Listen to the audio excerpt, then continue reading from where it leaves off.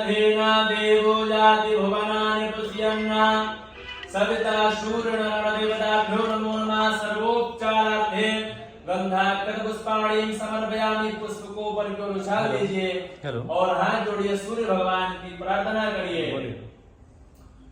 आदित्य से नमस्कार ये कुर्वन्ति दिने दिने जन्मांतर शास्त्रेषु दालितरन्नोपजायते।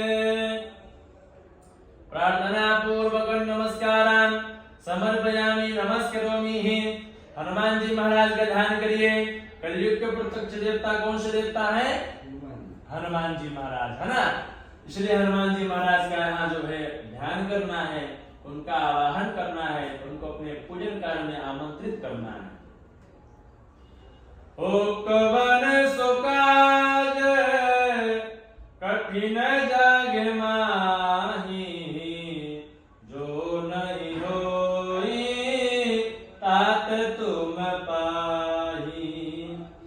ओ पवन तनय संग कटे हरने हरिओमास्ते जलमादाय। हरि ओम। आपका गोत्र लीजिए भैया, नाम लीजिए। बोलना है मम कर्म